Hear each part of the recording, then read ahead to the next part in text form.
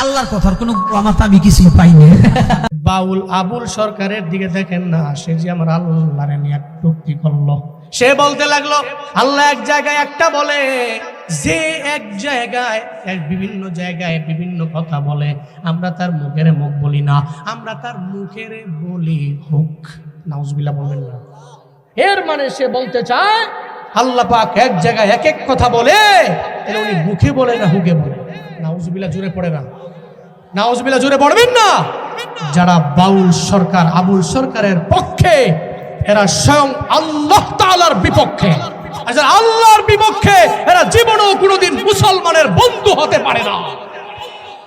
আল্লাহ বলে এক কথা বলে, মানে আল্লাহ তারে বানাইছে, তার ব্রেন দিছে। আল্লাহ চাইলে এক সেকেন্ডের ভিতরে তার ব্রেনটাকে আউট করে তার পাগল বানায় ফেলতে পারে। কথা কোন ঠিক কিনা?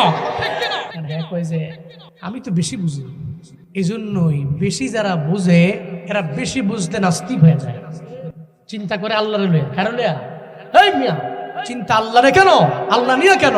এই পৃথিবীতে আল্লাহর যত মাখলুক আছে, এই মাখলুক দিয়ে চিন্তা করে আল্লাহরে পেয়ে যাবে। সুবহানাল্লাহ পড়বেন না। এই বাউল আবুল সরকারকে গ্রেফতার করেছে গভর্নমেন্ট। আবার দিহি এর দলের কিছু লোকেরাও মানববন্ধন করে, বের করে দিক, এর কোনো অন্যায় নেই।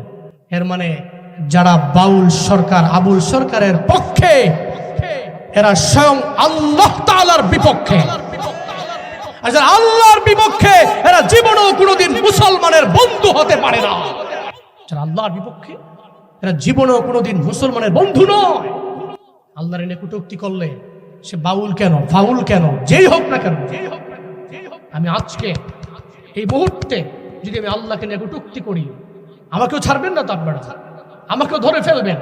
আল্লাহ এবং রাসূল এবং কোরআনের বিরুদ্ধে কটূক্তি করে যে কথা বলবে, সে মুসলমানের দুশমন, সে কোরআনের দুশমন, সে আল্লাহর দুশমন, সে মুসলিম উম্মাহ তাওহীদি জনতার দুশমন। চিল্লায় কও ঠিক কিনা?